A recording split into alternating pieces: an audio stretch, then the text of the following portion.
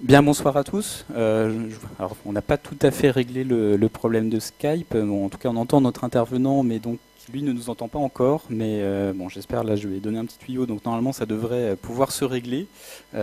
Désolé hein, pour ces aléas techniques, ça fait toujours partie malheureusement du jeu. Donc en tout cas, voilà, les nouvelles technologies, on va voir si la blockchain, et il en va de même pour la blockchain, est-ce que c'est une technologie encore complète au point ou pas? On voit que Skype ne l'est pas encore toujours tout à fait. Bien déjà, bonsoir à tous. Merci beaucoup d'avoir répondu aussi nombreux à notre invitation pour cette rencontre débat sur le thème de la blockchain. Merci également à nos intervenants, donc à distance et présents physiquement, pour venir nous parler de cette technologie un petit peu intrigante qui suscite de nombreuses questions. Et peut-être avant de vraiment rentrer dans le débat, on se disait avec Julien qu'il pouvait être intéressant de faire un petit sondage rapide pour savoir qui parmi vous connaît déjà la blockchain, a une idée au moins vague de ce que c'est. Bon, quand même, globalement, on a un public un peu initié alors. Et éventuellement, qui parmi vous a déjà fait une transaction en Bitcoin? D'accord. Ok. Donc on a effectivement des gens qui sont, vous êtes peut-être sensibilisés à ce sujet, mais peut-être pas encore forcément complètement impliqués. Ah ben voilà, parfait, notre interlocuteur nous entend. Donc bonsoir Rieul, maintenant que vous nous entendez également. Donc voilà donc. Et donc, comme je le disais, le thème de ce soir, donc de cette rencontre des bras, va porter sur la blockchain, donc qui est une technologie qui, alors effectivement, vous êtes nombreux à en avoir entendu parler pour cause. Il y a eu de nombreux articles qui ont été produits ces derniers mois sur ce sujet. Et c'est une technologie qui a suscité, je crois, beaucoup de réactions, beaucoup d'articles et qui se présente avec de nombreuses promesses qui en même temps peuvent aussi être pour certains des inquiétudes, avec un mot-clé qui est cette capacité, enfin l'idée que cette technologie permettrait de se passer des intermédiaires traditionnels pour sécuriser toutes les formes de transactions et d'échanges que nous pouvons organiser entre nous. J'ai lu dans un article, je crois, une définition qui résume assez bien l'idée, le potentiel de ce que peut être la blockchain, qui est de dire que la blockchain finalement peut démocratiser les transactions de la même manière que le web en son temps avait démocratisé le partage de l'information. Et donc avec la blockchain on passe d'un système centralisé où les transactions sont contrôlées par un système centralisé à un système beaucoup plus distribué. Alors ça je laisserai mes intervenants confirmer ces propos. Donc on passe à un système beaucoup plus distribué où c'est finalement l'ensemble des maillons de la chaîne qui garantissent la validité des échanges. Et avec la blockchain, on voit qu'il peut y avoir des applications multiples. Alors parmi les promesses, en tout cas les choses qui sont ouvertes, on voit que par exemple la blockchain peut être utilisée pour créer un cadastre. J'ai lu qu'il y avait un projet par exemple au Ghana pour faire un cadastre au niveau du pays. C'est un projet également qui peut permettre, enfin une technologie qui peut permettre de travailler sur les échanges financiers, qui peut s'appliquer à l'Internet des objets. Donc là, ça ouvre encore des tas d'autres applications. C'est une technologie qui, avec l'Ethereum, s'est justement ouvert à la question des applications. Enfin, c'est une technologie aussi qui peut travailler sur les questions de vote. Là, je pense notamment à l'Estonie qui est en train de travailler un projet d'e-citoyenneté autour de la blockchain. Donc on peut voir avec la blockchain la promesse d'un nouveau modèle de gouvernance, d'un nouveau modèle beaucoup plus distribué, partagé, où les membres d'une communauté finalement partagent les mêmes règles qu'elles ont définies en commun. Alors évidemment, enfin voilà, ça nous permet d'imaginer par exemple ce que pourrait être un Uber ou un Airbnb, enfin toutes ces grandes plateformes de l'économie collaborative qui seraient vraiment possédées par les usagers et dont la valeur produite serait véritablement récupérée par ces usagers et non par cette plateforme qui centralise tout. Mais en même temps, on aperçoit aussi, enfin, à côté de toutes ces promesses, que c'est une technologie tout de même qui aujourd'hui n'a pas encore d'application concrète vraiment effective. Au-delà, alors là encore, je laisserai mes intervenants évidemment compléter tout ça, mais au-delà du Bitcoin, finalement, aujourd'hui, on ne voit pas beaucoup d'applications concrètes réelles de la blockchain. Et d'ailleurs, c'était alors Rieul, qui j'espère n'a pas perdu la connexion complètement, Rieul m'expliquait que même à la Bitcoin, finalement le Bitcoin, on peut se demander si c'est vraiment en phase avec la philosophie de ce que devrait être la blockchain.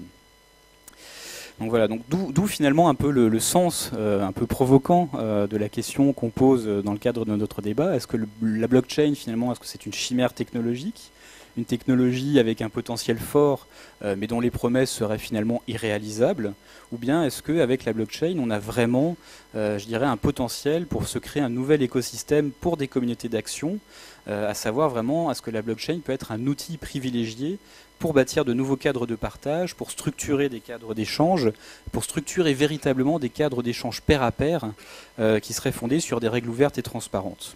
Donc voilà, donc l'objectif aussi de cette rencontre, justement, c'est d'essayer d'aborder la blockchain au-delà du seul aspect technologique, comme on peut l'aborder le plus souvent, mais essayer aussi de voir ses implications économiques, sociales, et de s'intéresser vraiment à la question de savoir comment est-ce que cette technologie est une technologie appropriable, est-ce qu'elle peut permettre de faire en termes d'action collective. Et donc pour en débattre, je remercie nos intervenants qui sont ici présents. Donc Jean-Christophe Després, qui est président de Sunny Lake, qui est un projet pensé pour bâtir une communauté de santé, donc il nous présentera plus en détail. Julien Béranger, donc qui est auteur, consultant et développant, qui travaille notamment aussi sur un projet qui s'appelle Abifund, donc qui travaille sur, pour le dire vite, on va dire du crowdfunding, mais appliqué avec la blockchain. Et donc Riol Techer, qui nous suit à distance, qui est administrateur de la mine, qui est un tiers-lieu, et coporteur du projet DAISY, un projet des internets, et apparemment le pluriel est important, mais là aussi je pense qu'il pourra nous en dire un mot, un projet des internets de l'énergie. Donc ces trois intervenants vont déjà nous donner, je pense, un spectre assez large de ce que peuvent être les applications de la blockchain et des enjeux que cette technologie soulève. Alors voilà, alors sans plus tarder, je vais passer la parole à mes intervenants. Et en ouverture, alors même si pour beaucoup d'entre vous, donc voilà, la blockchain ne vous est pas complètement inconnue, j'ai proposé de se plier à un petit exercice qui était de savoir comment est-ce qu'on pouvait définir la blockchain finalement autour de 3 mots-clés, ou de 3 phrases clés. Voilà. Si vraiment, je pense qu'avant de rentrer dans le détail du débat, c'est intéressant d'essayer de se poser quelques notions ensemble. Et donc j'ai invité mes intervenants à nous donner 3 mots-clés, 3 phrases clés pour vraiment bien appréhender cette notion de blockchain. Alors, je vais penser avec Julien. Merci Bastien, merci pour l'invitation. Alors 3 mots-clés ou phrases clés, je dirais Internet de la valeur, émancipation et échange pair à pair. Voilà, ce seraient mes 3 mots-clés.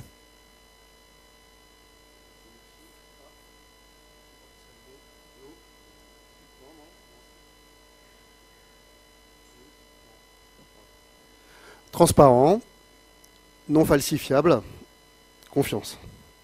Bien, merci pour ces 3 mots-clés. Alors peut-être que je pourrais vous inviter à développer un petit peu ces 3 mots-clés. Alors Jean-Christophe, est-ce que vous avez déjà le micro? Je vais vous laisser dérouler finalement ces 3 mots. Qu'est-ce que vous y mettez derrière? Alors ce que je mets derrière quand je dis transparent, c'est que tout le monde a accès à la même information. Il n'y a pas d'asymétrie de l'information. Donc ça, pour ceux qui ont étudié un peu l'économie, c'est quelque chose de très important parce que le business model majeur de toutes les entreprises, corporations, c'est d'avoir l'information avant les autres et de la valoriser. Ici, on a l'information qui est stockée sur un registre distribué. Ce registre distribué donc, est géré par plusieurs nœuds. Alors là, c'est là que ça devient un peu plus compliqué. En fait, ce sont des postes serveurs. Au départ, c'était même, je pense, des PC tout simples, de gens qui ne se connaissent pas entre eux et qui valident au même moment des transactions selon des règles qui sont fixées a priori. Est-ce que tout le monde me suit ou je reviens? Donc, globalement, il n'y a aucun pouvoir là-dedans de manipulation de l'information, de transformation de ce qui a été fait. On a entendu parler, je sais pas, pour la compensation de Clearstream par ailleurs, par exemple. Bien là, vous avez un registre, c'est ce qui s'appelle le ledger, un registre, comme un registre comptable, où toutes les transactions depuis les origines, par exemple du Bitcoin, figurent et qui est consultable par tout le monde.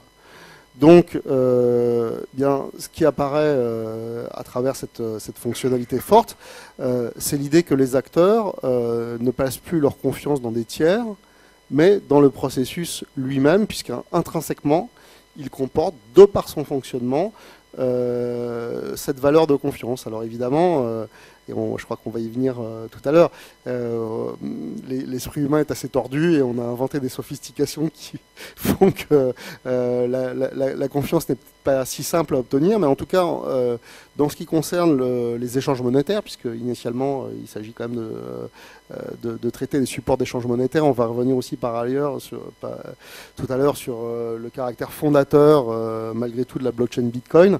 Eh bien, il faut savoir que malgré tout ce que vous avez lu sur divers scandales, cette blockchain n'a jamais été falsifiée. Et donc, pour l'instant, aujourd'hui, c'est quasiment 12 milliards de dollars.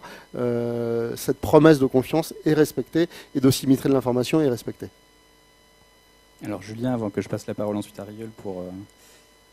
Oui, donc le principe quand je parle d'Internet de la valeur, en fait, ce que je veux dire, c'est que donc la blockchain, c'est un registre qui est disponible, disponible à tous en fait.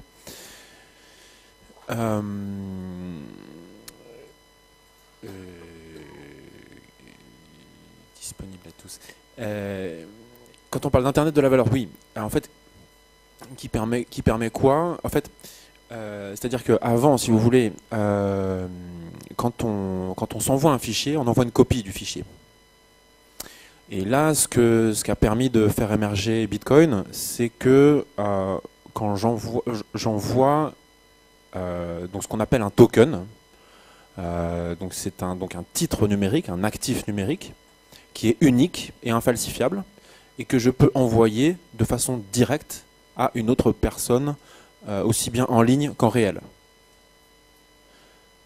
Donc donc il y a cette notion de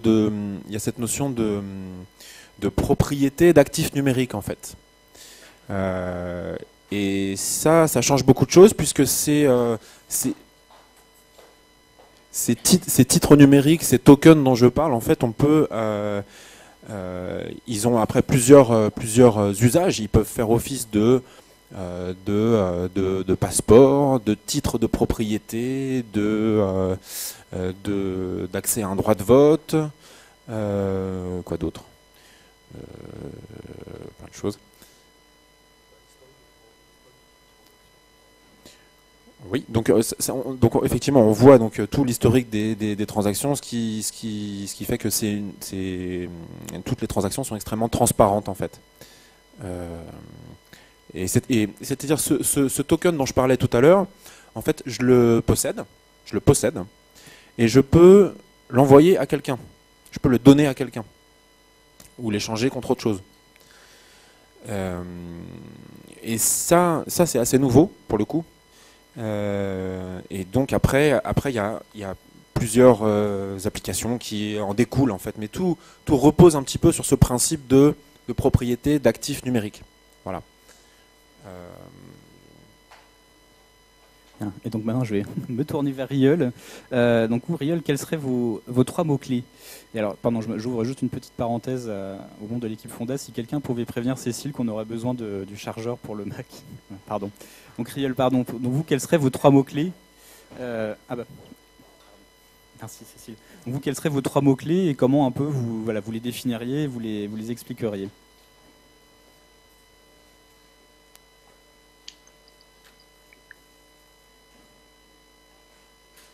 Alors, je pense qu'il doit y avoir juste un petit décalage de vraiment quelques secondes, parce que moi j'entends la question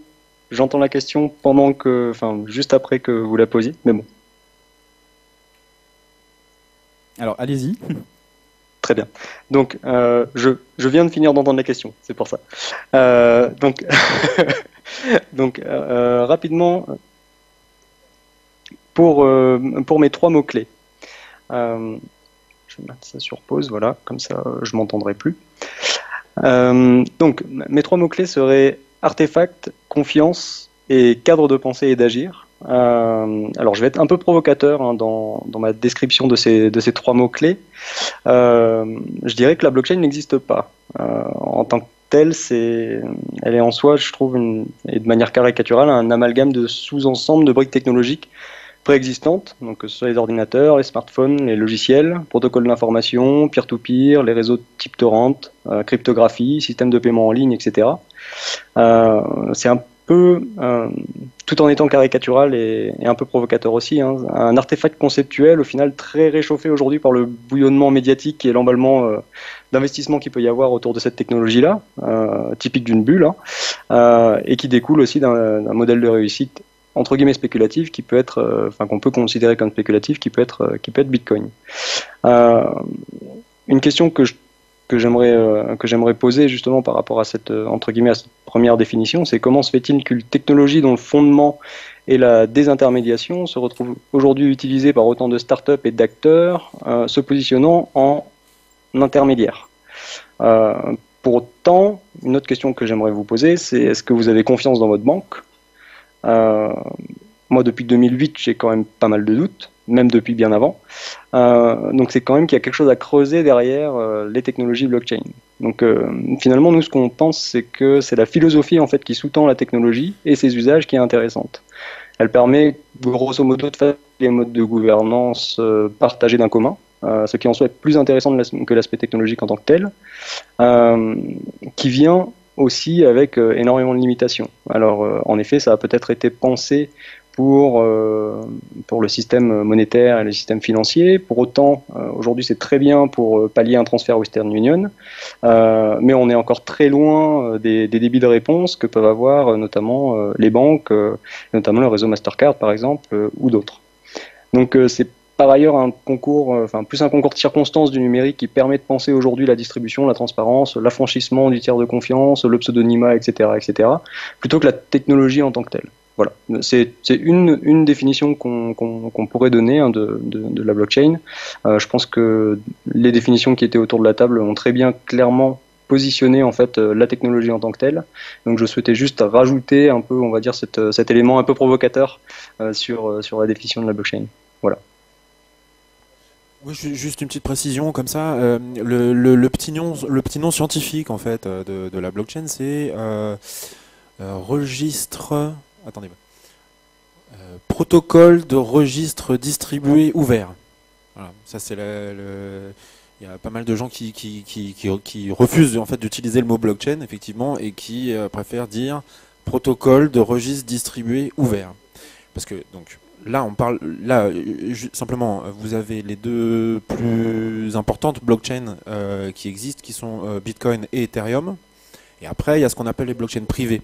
Les blockchains privées, c'est-à-dire si moi demain matin, je veux déployer une blockchain, je peux le faire. Sauf qu'il y aura un seul pair, ce sera moi. Et j'aurai ma blockchain sur mon ordi, mais voilà, c'est pas exactement un réseau. Et donc, les blockchains privées, entre guillemets, perdent tout l'intérêt en fait des blockchains publiques telles que Bitcoin et Ethereum.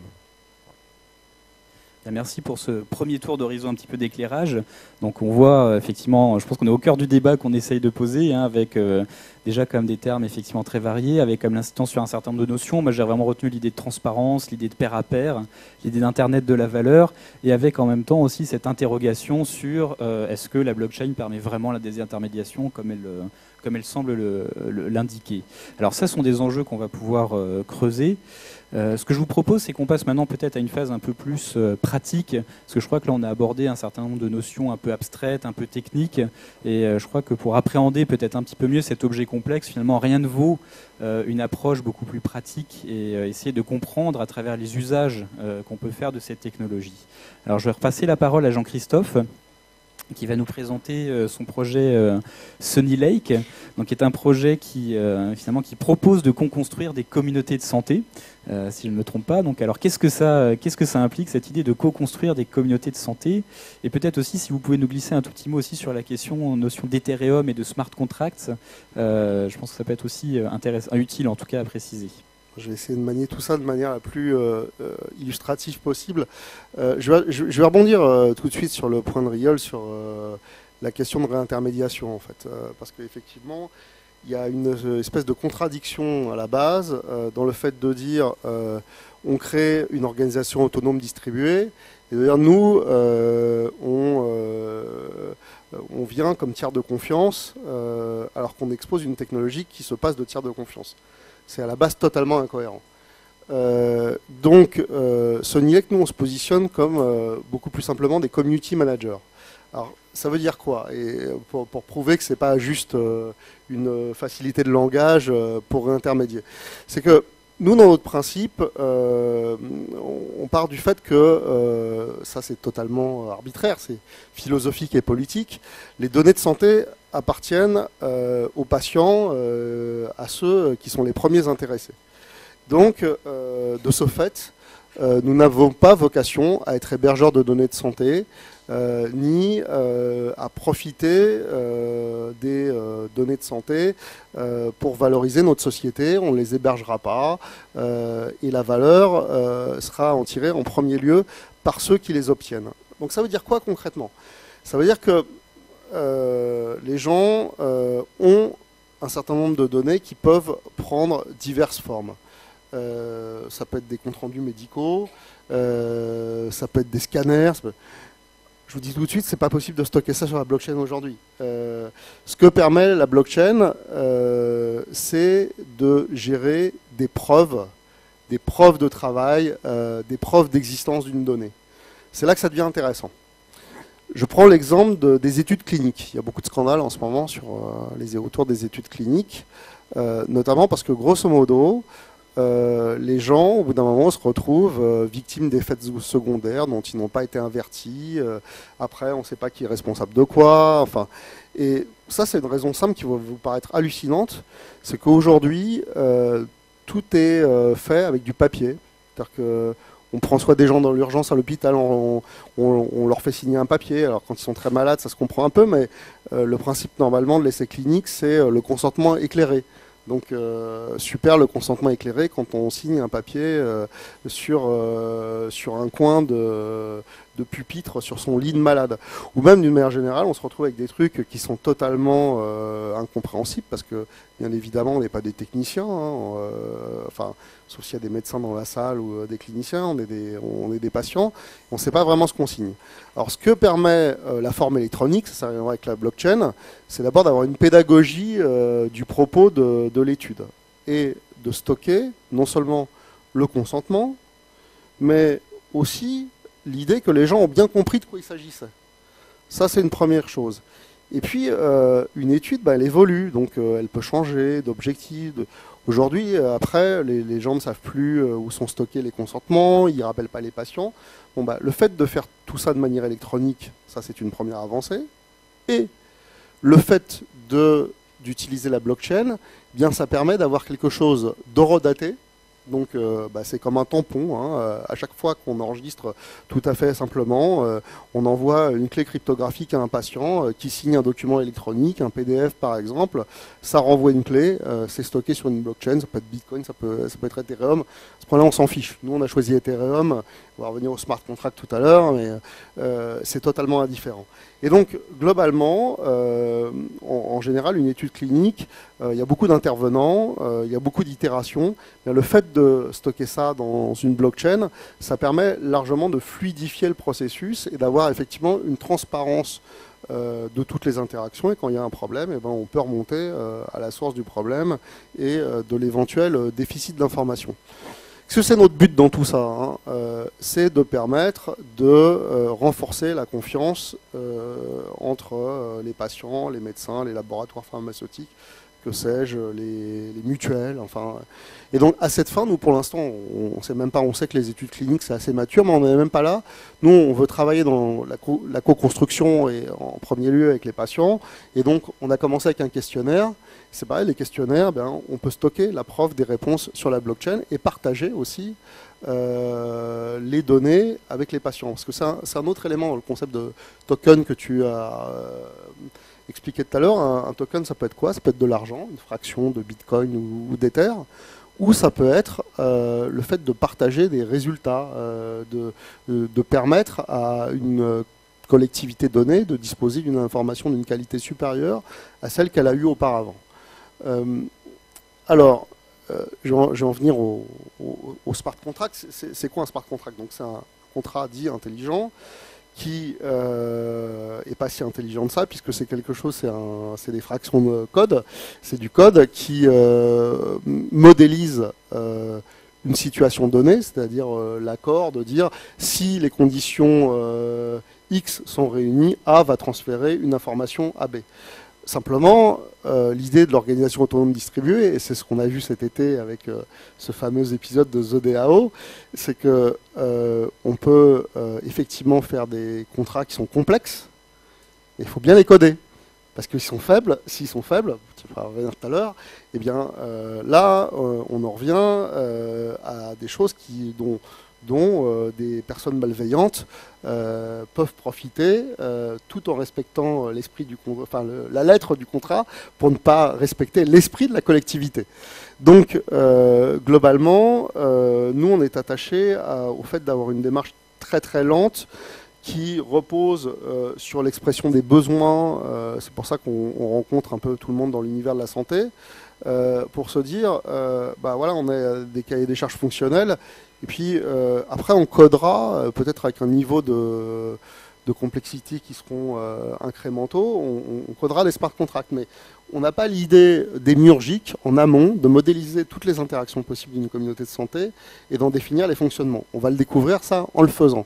Donc voilà, ça c'est un parti pris, c'est de ne pas se laisser envahir par effectivement le buzz et la technologie, et d'une certaine manière, c'est de partir sur ce que permet de faire la blockchain, c'est-à-dire pour nous, partager de l'information, la rendre également accessible à tous, et de laisser effectivement la centralité du partage de l'information à celui qui est le principal stakeholder, c'est-à-dire que concrètement il aura un tableau de bord en disant moi j'accepte de partager mes données avec typologie d'acteurs selon telles conditions.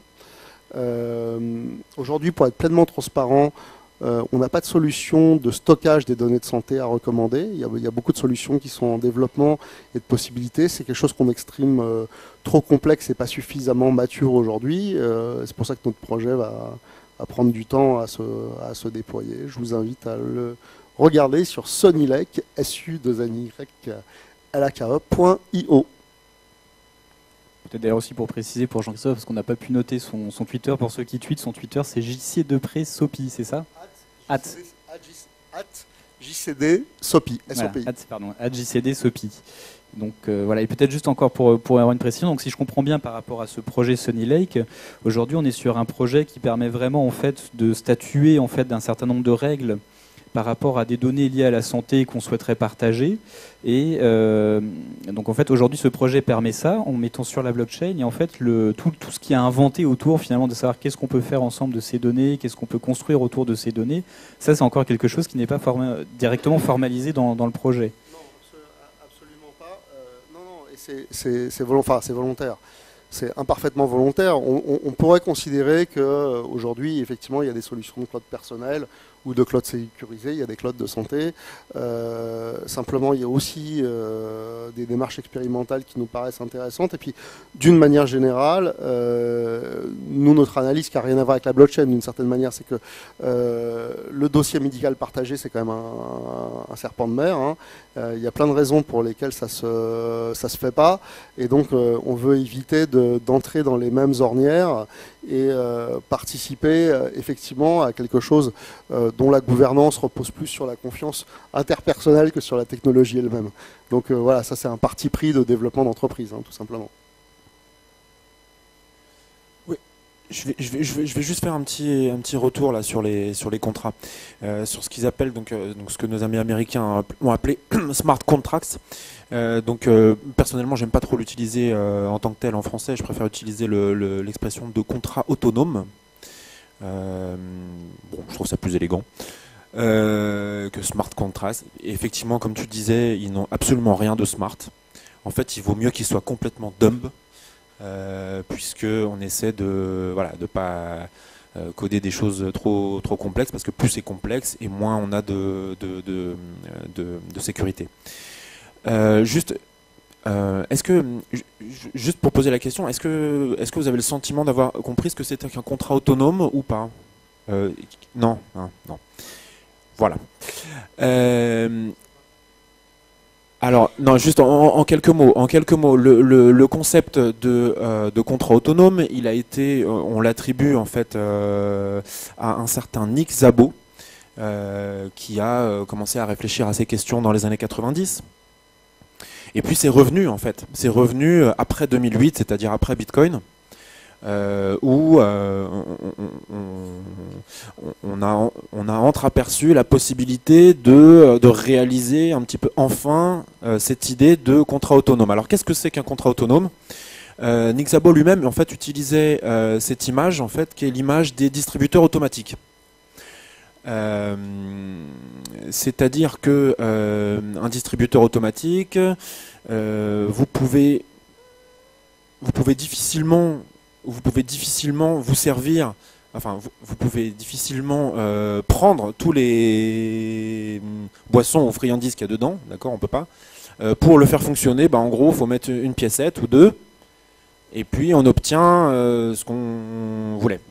Voilà. Un contrat autonome, c'est un programme qu'on déploie sur une blockchain publique, donc soit Bitcoin, soit Ethereum. Actuellement, sur Bitcoin, c'est plus compliqué, on va dire. Ça le sera moins à la fin de l'année. Mais pour l'instant, je fais référence au projet Rootstock qui va sortir en décembre de cette année. Et donc, je déploie ce contrat autonome qui contient, si vous voulez, toutes les règles qu'on a décidées éventuellement collectivement. Et effectivement, personne ne peut modifier ou supprimer ce contrat, ce programme. Voilà. Donc ça, c'est un contrat autonome. À partir de là, on a commencé à parler de ce qu'on appelle les DAO, donc Decentralized Autonomous Organization. Donc là, on a des communautés en fait qui fixent leurs règles de cette façon. S'il y a besoin, puisque je veux dire, il y a certains projets où il n'y a pas du tout, d'argent impliqué dedans, il n'y a pas du tout. Donc à ce moment-là, voilà, je veux dire,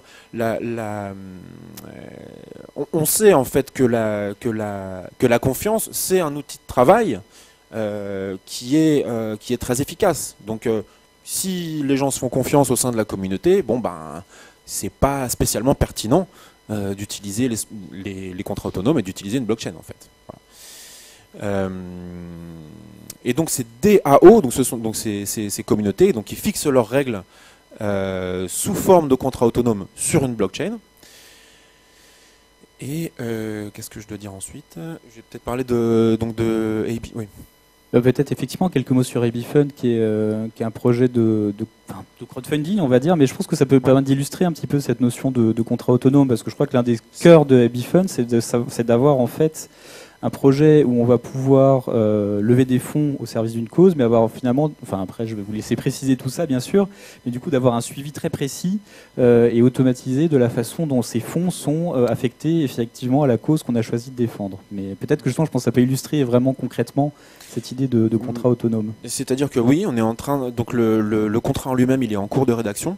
On a une description très précise du programme, du code en lui-même, et ma foi, il faut l'implémenter. On vient de s'engager en fait sur un partenariat avec le SILV, Paul Léonard de Vinci, à Paris La Défense. C'est une école d'ingé. Donc voilà, j'ai des étudiants en master là qui vont m'aider là-dessus. Donc le principe, c'est ce qu'on veut faire, c'est financer des projets et mini-projets pour une cause en particulier. On souhaite que ce modèle soit réplicable, c'est-à-dire utilisable par d'autres assos ou ONG. La première cause qu'on a choisie, en fait, c'est la cause palestinienne. Et en fait, voilà, l'idée c'est de financer des petits projets. Et en fait, comment ça marche en quelques mots? Vous avez des propositions qui arrivent. Et en fait, c'est la communauté qui va voter pour valider ou non ces propositions. Si c'est voté par la communauté, eh bien ça déclenche un paiement automatique que je ne contrôle pas, vers le bénéficiaire, c'est-à-dire celui qui a demandé les fonds. Typiquement, une instit qui a besoin de 300 € pour faire un atelier, elle va poser une proposition. Et si ça rentre dans ce qu'on a appelé les guidelines, c'est-à-dire les types de projets qu'on souhaite financer, eh bien, ça déclenche un paiement automatique vers celui qui l'a demandé, c'est-à-dire vers la personne, l'organisation, l'association qui est sur le terrain, qui récupère l'argent en espèces. Voilà. C'est-à-dire que donc d'un côté, il y a donc les donateurs. Les donateurs, ils donnent soit 10 centimes, soit 10 millions. Ça on fait pas de différence. Et de l'autre côté, donc les gens qui vont éventuellement avoir besoin de fonds pour réaliser leur projet. Peut-être donc, et puis après un dernier point sur ce projet, c'est que il est question d'implémenter ce qu'on appelle une démocratie liquide. Donc avec en un mot, c'est une forme de procuration. Donc je confie mon vote à quelqu'un en qui j'ai confiance, ce qui fait qu'en fait les gens n'ont même pas besoin d'être connectés en fait. Ils n'ont même pas besoin ni d'être connectés, ni d'avoir un device, ni d'avoir un ordinateur. Donc voilà, ça je trouve ça pas mal. Après il y a ce qu'on appelle, nous on a appelé ça les modes de vote, donc il y a un système de vote un petit peu original, etc. Mais je vais pas rentrer dans les détails. Juste peut-être un mot sur le projet aussi qui devait être qui s'appelle DAO 1901. C'est un autre projet, donc une autre DAO, aussi à l'attention des associations. Et en fait, ce projet-là, donc c'est un projet qui a été développé en mai dernier au cours d'un hackathon à l'école 42. Et en fait, ce projet-là, il réplique très exactement les statuts d'une association loi de 1901. C'est ce qu'on appelle, on appelle ça les techniques de mirroring, en fait, où on va répliquer des règles existantes sur un contrat autonome, sur une blockchain. Voilà, donc ils ont, il y a président, trésorier, etc. Sous forme de contrat autonome. Donc ça c'est le projet DAO 1901. Voilà. Merci. Donc peut-être juste pour vraiment bien saisir la notion de contrat autonome sur cet exemple par exemple de Happyfund, si j'ai bien compris, l'idée c'est que moi en tant que donateur finalement je vais mettre un token donc de 10 centimes, d'un euro, enfin peu importe le montant, et finalement en regard quand il y a un projet qui va correspondre on va dire quasiment un cahier des charges, ou en tout cas un type qui correspond à la nature de ce que moi j'ai indiqué être prêt à soutenir, finalement il va y avoir un déclenchement automatique qui fait que ce que j'ai donné va pouvoir être attribué à ce projet-là. C'est ça finalement, le contrat autonome, c'est l'idée qu'il y ait une application qui se déclenche automatiquement, qui permette la transaction de la valeur. Oui, c'est-à-dire qu'en fait au niveau du code, il n'y a que le vote de la communauté qui peut déclencher ce paiement. J'ai oublié ce que je voulais dire. Et tout ça donc se fait de façon autonome. Enfin, après, une fois que c'est acté, ça marche de manière automatique. Oui, c'est-à-dire que même personnellement, je pourrais pas intervenir, sauf si c'est stipulé dans le contrat, où on dit voilà, Julien a le droit de faire ce qu'il veut avec l'argent. Si c'est stipulé, voilà, là j'aurai une fonction où je pourrais me servir dans la caisse, mais en l'occurrence c'est pas le cas. Et je voulais dire. Un contrat à terme, si vous engagez à vendre, si à un moment on s'engage à vendre quelque chose à un certain prix, une certaine date, et qu'on exerce une option, ça revient au même. On prédéfinit des conditions. On code, quand les conditions sont réalisées, c'est simple, par exemple, si je signe l'autorisation de participer à une étude clinique, je suis enrôlé dans cette étude clinique. C'est aussi simple que ça. Si je décide que je partage d'un côté mes données de santé avec tout laboratoire qui m'indemnise 100 bitcoins, et bien à partir du moment où moi je réponds aux conditions d'enrôlement fixées par le laboratoire, mes données sont automatiquement transférées. On se met d'accord en amont selon des modalités plus ou moins complexes. Donc je pense qu'on converge vers le fait de dire que vaut mieux essayer de faire en sorte pour l'instant que ce soit pas trop complexe. Et après, ça s'exécute automatiquement. Donc on fait des transferts de données ou d'argent. Ouais. Oui, juste un tout petit mot. Ou peut-être qu'on en parlera après, mais justement pour les associations, en fait, moi personnellement, j'ai jamais compris pourquoi une association n'accepte pas les cryptos. Ça reste très mystérieux pour moi. C'est-à-dire créer une adresse Bitcoin ou Ethereum, ça prend 10 secondes et ça permet quoi? Ça permet tout simplement d'accepter les dons de n'importe qui autour du monde. Et d'ailleurs, c'est ça en fait l'avantage. Pourquoi est-ce qu'on fait tout ça? À quoi elle sert cette blockchain? C'est qu'on est global tout de suite et que n'importe qui peut participer d'où qu'il soit. Et ça, c'est un avantage qui est intéressant. Et c'est pour ça que les blockchains en fait portent aussi cette promesse de mince, j'oublie ce que qui porte de rendre les communautés plus inclusives en fait. Voilà, c'est-à-dire d'attirer plus de monde en fait. Voilà. Alors sur cette question effectivement de pourquoi accepte-t-on ou non des crypto-monnaies, je pense qu'il y a sûrement un déficit aussi de connaissances, mais bon ça on pourra peut-être en reparler en tenant compte débat, mais je vais me tourner vers Rieul. Alors il va y avoir un petit temps de décalage, mais donc pour reprendre le fil un petit peu de la présentation des projets, Rieul, donc est-ce que vous pouvez nous dire quelques mots sur le projet Daisy? Donc le projet, avec le projet Daisy, jusque-là on a parlé de questions de crowdfunding, de données de santé. Avec Daisy, on est plutôt sur une autre valeur qu'on s'échange, qui est la question de l'énergie. Alors c'est intéressant parce que ça peut répondre notamment aux problématiques de relocalisation de production de l'énergie. Ça répond aux questions de transition énergétique. Donc est-ce que vous pouvez nous dire quelques mots sur ce projet et nous dire aussi pourquoi vous avez parlé d'Internet au pluriel, j'aime beaucoup cette notion de pluriel, de l'énergie.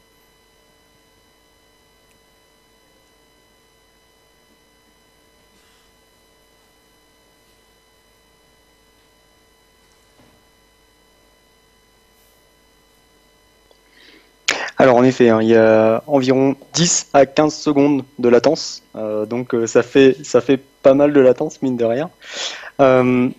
Donc rapidement, je vais parler en effet rapidement de Daisy. Alors pourquoi les internets de l'énergie et aussi pourquoi est-ce que le projet en fait Daisy cherche à apporter une vision de l'énergie comme un commun. Donc on parle énormément en ce moment justement de production de commun, de partage d'un commun, etc., etc.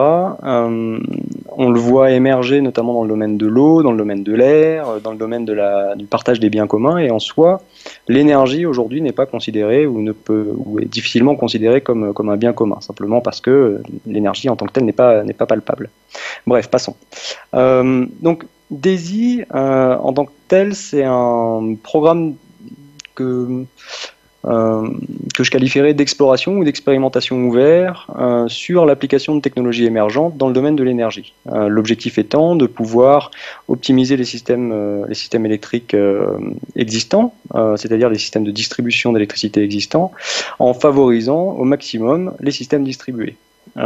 Pour ça, ce dont on s'est rendu compte en effet, c'est que les technologies blockchain pouvaient être en effet très intéressantes de par leurs caractéristiques, ou en tout cas de par leurs caractéristiques théoriques et idéales, parce qu'en effet elles permettent potentiellement de gérer et d'automatiser dans le cadre de blockchain de type aujourd'hui Ethereum via les smart contracts qui en effet, je suis complètement d'accord, ne sont pas du tout smart, n'ont rien de contrat, sont uniquement des algorithmes qui permettent uniquement d'automatiser en fait des transactions pair à pair.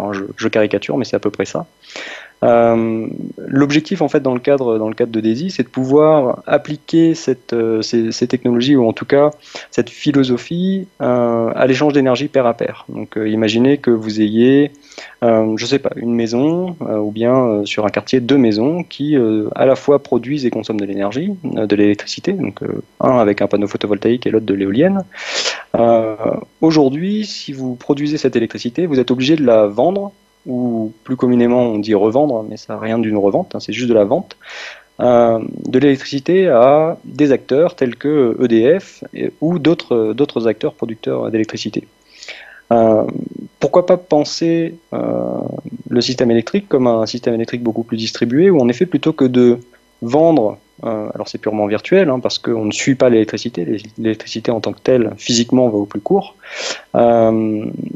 plutôt que de la vendre justement à EDF ou à un acteur qui est, on va dire, loin et dématérialisé, pourquoi ne pas justement la vendre à son voisin ou l'échanger directement à son voisin. Donc c'est un peu la philosophie en fait qui est portée derrière DAISY, c'est justement de pouvoir favoriser ces échanges et ces transactions entre pairs sur on va dire quelque chose de pseudo-physique qu'est l'électricité aujourd'hui, et de manière complètement distribuée. Donc pourquoi cette notion d'internet, des internets de l'énergie? Alors ça vient de deux choses. Une première chose, c'est qu'on travaille sur plusieurs niveaux, dont un niveau qui est le niveau hardware et qui est lié à toutes les problématiques IoT, donc Internet des objets, qui sont ni plus ni moins dans le domaine de l'électricité et de l'énergie que des compteurs communicants. Donc l'objectif, c'est de récupérer en effet de la donnée de consommation et de production. Il s'avère aujourd'hui, en France notamment, mais on peut aussi trouver ça un peu partout dans le monde, mais en France en particulier, on a le développement et la mise en place et l'intégration de compteurs communicants que sont les compteurs Linky. Il s'avère que de par le monde, il y a d'autres compteurs, il y a d'autres projets aussi qui sont, alors on va dire, beaucoup plus ouverts que le projet que Linky en tant que tel, hein, des projets qui sont des énergie monitors, donc des énergimètres, grosso modo, qui vont prendre en effet les données de consommation et de production et qui vont permettre d'avoir une cartographie justement de ces données de consommation et de production d'électricité. L'objectif étant justement de pouvoir travailler avec différents types d'IoT et de pouvoir articuler et hybrider justement ces différents types d'IoT avec différentes typologies de technologies qui permettent justement de gérer des transactions pair à pair ou qui permettent de gérer des échanges physiques pair à pair d'électricité. Donc ça c'est au niveau réseau, donc c'est un niveau qui est beaucoup plus infrastructurel, sur lesquels nous aujourd'hui on n'a pas la main. Et l'objectif, c'est de pouvoir travailler en effet sur des technologies hardware et potentiellement software qui sont, on va dire, différentes les unes des autres, d'où les internets de l'énergie en tant que tels, mais qui peuvent s'hybrider et s'articuler de manière justement à pouvoir, on va dire, favoriser les systèmes distribués sur un système électrique. Donc j'espère que je me fais plus ou moins bien comprendre. Si ce n'est pas le cas, n'hésitez pas à poser des questions un peu plus tard. J'aimerais rebondir sur juste 4 ou 5 petits points. Donc le premier point sur lequel j'aimerais rebondir, c'est que ce programme, en fait, on l'a effectivement lancé. Donc c'est une coproduction entre guillemets d'un tiers-lieu qui a été lancé dans le cadre d'un tiers-lieu qui s'appelle la Mine, la manufacture des idées et des nouvelles expérimentations, qui est basée à Lyon, et une autre entité qui s'appelle Cell Labs. Donc dans ce cadre-là aussi, on a un cadre qui est très ouvert et que je qualifierais d'antidisciplinaire plus que d'interdisciplinaire. L'objectif, c'est bien de pouvoir prendre les technologies blockchain comme prétexte pour pouvoir justement avancer sur des modes de gouvernance qui sont, on va dire, qui sont alternatifs, ou en tout cas qui sont différents des modes de gouvernance qu'on peut trouver aujourd'hui, ou en tout cas qui permettent, à travers les outils numériques, de favoriser l'émergence justement de types de gouvernance beaucoup plus distribués, décentralisés et potentiellement horizontales.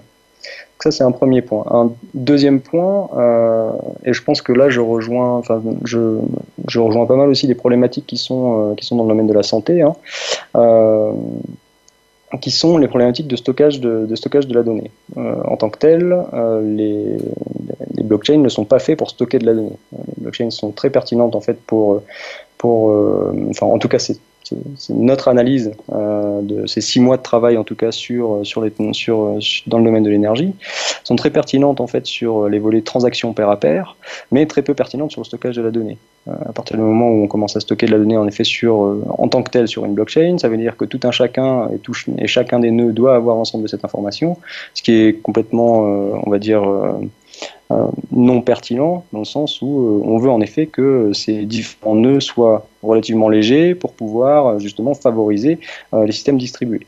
Donc dans ce cadre, ça veut dire que clairement, ce qu'il faudrait, ou en tout cas ce qui serait intéressant, c'est d'hybrider les technologies blockchain avec d'autres technologies, avec des technologies qui permettent justement le stockage massif de cette information.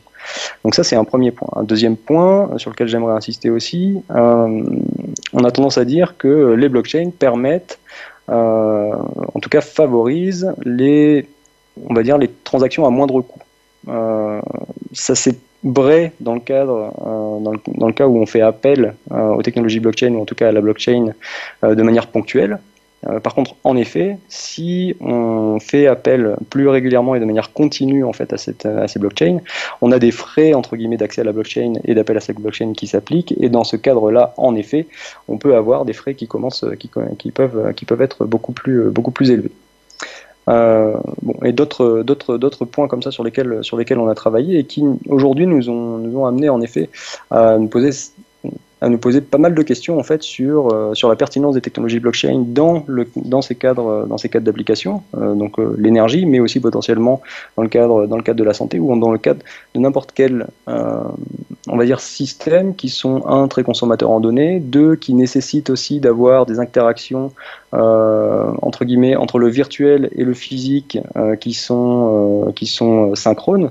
Donc on a en effet des choses qui sont très intéressantes à penser dans un cadre blockchain, mais dont les hybridations restent encore à trouver et restent encore à développer. Et c'est justement ces limitations-là qui sont intéressantes de penser dans le cadre aussi des internets de l'énergie, parce que les internets de l'énergie, ça veut dire aussi penser différents systèmes qui potentiellement s'hybrident les uns aux autres pour pouvoir favoriser ces systèmes distribués. Voilà, je m'arrêterai là parce qu'en général, quand je parle longuement, je suis parti dans des monologues, etc. Donc, je vous laisse la parole.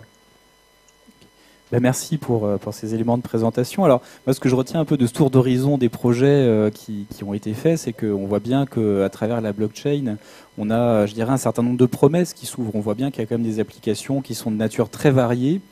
Mais on se rend compte quand même aussi à chaque fois qu'il y a un besoin de compléter. On voit bien que la technologie, il y a comme ça une citation qui dit souvent que la technologie est la solution, mais quelle était la question?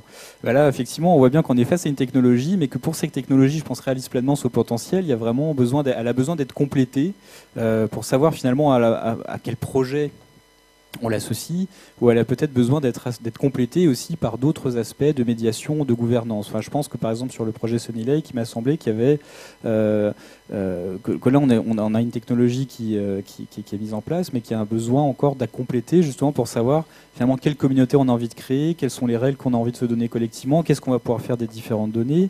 À travers le projet Daisy, on a vu aussi qu'il peut y avoir des limitations plutôt sur le plan technique, qui a un besoin encore de compléter avec d'autres formes de technologie. Donc voilà, donc je crois qu'on est, on retrouve vraiment le sens de la question initiale qu'on se posait. Est-ce qu'on est face à une chimère technologique ou bien un nouvel écosystème? Je pense qu'on est sans doute quelque part un petit peu entre les deux. Donc peut-être juste une question, moi qui me venait à l'esprit parce que bon, il y a différents enjeux qu'on a envie de soulever finalement à travers ces présentations. Il y a l'enjeu de la médiation, l'enjeu de la gouvernance, l'enjeu de comment est-ce qu'on fait pour compléter tout ça, ces technologies. Moi, ce qui m'intéressait à travers ces projets, c'était de voir un petit peu peut-être comment est-ce qu'on fait pour se construire des règles communes. Je voudrais faire un petit peu l'accent sur la question de la gouvernance, et de savoir finalement, qui rejoint la question de la médiation d'ailleurs, qui est de savoir comment est-ce qu'on fait pour construire des règles communes autour de l'usage d'une blockchain.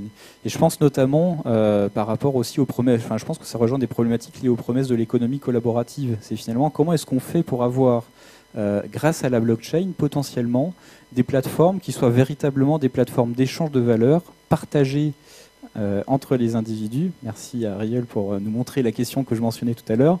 Donc comment est-ce qu'on fait grâce à la blockchain pour se créer des plateformes qui permettent vraiment d'une gouvernance partagée, une gestion partagée de la valeur et qui quelque part répondent justement aux limites de ce qu'est aujourd'hui l'économie collaborative avec des géants comme Uber et Airbnb qui en fait captent la valeur qui est produite par ses usagers. Bien entendu, j'ai pas la réponse, mais j'ai des questions. Bon, il faut revenir déjà peut-être à l'ADN de tout ça. Et l'ADN de tout ça, c'est quand même des gens qui se disent les États sont défaillants et la technologie va être plus efficace que les gouvernements pour résoudre un certain nombre de problèmes. Et là, il y a la coexistence. Moi, là, je suis factuel, c'est pas un jugement de valeur. Ah non, mais moi, Non, mais c'est ça, c'est ce dont je parle, parce que moi j'aurais bien été incapable d'écrire. Je ne suis pas Satoshi Nakamoto, mais je pense que personne s'est trompé là-dessus. Donc globalement, au départ, il y a cette idée qui est venue après sur lequel, parce qu'il y a une coïncidence de temps et venue se greffer la crise financière de 2008, c'est de dire globalement, on va créer une monnaie qui va être plus performante que les monnaies existantes et qui ne va pas être manipulée par les banques centrales, par tout un certain nombre de corps parasites, justement, qui profitent de cette asymétrie de l'information. Maintenant, effectivement, la question, c'est de dire, est-ce qu'une gouvernance peut se créer par génération spontanée? C'est-à-dire qu'on est un certain nombre de développeurs qui participent à la création d'une DAO, donc une organisation autonome décentralisée, et globalement on va fixer les règles de gouvernance. Alors déjà, ce qu'il faut savoir, c'est que normalement une gouvernance, elle décrit un territoire et une population qui est délimitée. Les Français avec la nationalité française et les gens qui sont en situation régulière, par exemple. Dans le type de projet dont on parle, les frontières sont floues. Donc on dit globalement, oh, c'est la communauté qui va décider. Mais qui est la communauté? Qui en sont ses leaders? Et c'est pour ça qu'on a pour l'instant eu quelques couacs, parce qu'au bout d'un moment, on s'est aperçu qu'il fallait peut-être se poser pour définir ce qu'est une communauté, pour définir quelles sont les règles d'appartenance. Et c'est en ce sens que nous, on se définit comme des animateurs de communauté, c'est-à-dire que globalement, avant de laisser de l'autonomie aux gens et créer des règles de délibération collective, il faut créer des espaces sur lesquels on délibère. Alors, pour le Bitcoin, c'est très très riche, mais il y a des désaccords très forts, des débats très forts, et globalement, il y a quelque chose qui est un peu central. Alors, on l'a vu avec Ethereum cet été, c'est ce qui s'appelle forker. Alors, c'est quoi forker? C'est faire dissidence. C'est dire, je ne suis pas d'accord avec les règles ou avec le fonctionnement qui a été observé, bah, je vais créer un autre espace de gouvernance. Et tout ça peut se multiplier à l'infini. Donc, globalement, en ce qui concerne Sonilec, parce que je peux parler que de la communauté dont je suis animateur, l'idée c'est de dire non, nous on ne croit pas que la technologie épuise les règles de gouvernance. Quand on parle de santé, ce qui serait démago, c'est de penser que les patients sont omniscients, parce qu'effectivement, ils sont les premiers concernés parce qu'on parle d'eux, mais enfin, il y a des chaînes d'expertise, des chaînes de responsabilité, et l'idée, c'est de créer des territoires où l'expertise, par exemple, de vivre avec une maladie, peut rencontrer l'expertise d'étudier cette maladie. Mais ça permet de définir des règles de gouvernance qu'à partir du moment où les gens en ont délibéré en commun. Et pour nous, à ce stade, ça veut dire délibérer dans des instances physiques. Il se trouve qu'il y a tout aussi bien, et moi je ne veux pas fixer des règles générales sur ce qu'il faut faire et ce qu'il ne faut pas faire. Il y a des gens qui débattent de règles de gouvernance sur GitHub, sur un Slack, et ça va très bien. Ça dépend de quel projet on parle. Donc globalement, il y a des projets qui peuvent se définir par et pour la technologie. En l'occurrence, quand on parle des applications, ça me semble tout à fait différent, parce que ce dont on parle là, c'est d'arriver à former des modes de gouvernance optimales par rapport à ce qui est défini par un État, par des partenaires sociaux. Et moi, c'est bien de ça que je parle. Et donc, si on parle de ça, bah oui, ça, c'est pas un débat de code pur. Ça ne peut pas être ça. Oui, juste un petit. Tu parlais de l'ADN en fait. Quand tu parlais d'ADN, en fait, tu parlais de Bitcoin en lui-même en fait, et cette histoire de voilà, donc Bitcoin c'est pour nos amis libertariens, etc. Je suis pas tout à fait d'accord avec ça. Évidemment que les libertariens, ils sont ravis parce qu'ils trouvent là l'occasion de s'émanciper du gouvernement, etc. Donc ils adorent. Tant mieux pour eux à la limite, voilà.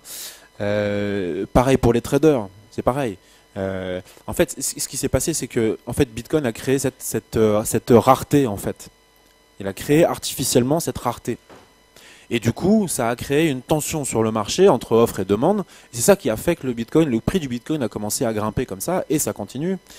Et du coup, c'est cette rareté en fait qui a généré cet effet réseau, etc., et qui fait qu'il y a de plus en plus de monde qui l'utilise, etc. Donc voilà, quand j'entends assez souvent en fait que oui, c'est pour les spéculateurs, que oui, c'est pour les libertariens, etc. Je suis pas tout à fait d'accord. Je suis pas tout à fait d'accord. On parle quoi aussi d'une technologie qui est, ce sont des logiciels libres. Aussi bien Bitcoin qu'Ethereum, ce sont des logiciels libres. Donc c'est clairement à nous de se l'approprier, quoi, et d'en faire ce qu'on veut en faire. Voilà. Sur la chimère technologique, pas tout à fait. Alors, c'est vrai qu'on est un petit peu entre les deux. C'est vrai qu'il y a beaucoup d'incompréhension, d'exagération, etc. Donc bon, les blockchains vont pas sauver le monde, hein, c'est clair et net. Une chimère, pour moi, c'est quelque chose qui n'existe pas. Alors là, peut-être, c'est là où je suis peut-être pas tout à fait d'accord avec. Oui, non, mais c'est une bonne question aussi, mais peut-être Riol qui dit aussi sur un ton provoquant, la blockchain n'existe pas. Bon, je suis pas tout à fait d'accord. Si on peut, je sais pas si on peut leur montrer là le blockchain.info là, parce que si vous voulez, les juristes par exemple, enfin non, pas que les juristes, mais parfois j'entends oui, monnaie virtuelle. Eh ben non, pour moi. Voilà. Pour moi, Bitcoin n'est pas une monnaie virtuelle. Virtuelle, ça c'est les juristes, c'est un terme juridique, ils utilisent ça pour les distinguer de ce qu'on appelle les monnaies fiat, les monnaies euro, dollar, etc. Là, ce que vous voyez là, on le voit là. Là, toutes les transactions qui défilent, ce sont soit des personnes, soit des entités qui s'échangent de la valeur. Mais enfin, est-ce que vous appelez ça virtuel? Enfin, moi non, je sais pas. Donc voilà, c'est une réalité dans la mesure où, voilà, personnellement, moi j'ai un petit peu de Bitcoin. D'ailleurs, si vous voulez télécharger un wallet, je peux vous envoyer quelques fractions comme ça pour tester. Enfin bon, voilà. Par rapport aux histoires de gouvernance, il y a aussi pas mal de confusion. Alors, sur les blockchains publiques telles que Bitcoin, Ethereum, bon, comment dire, pour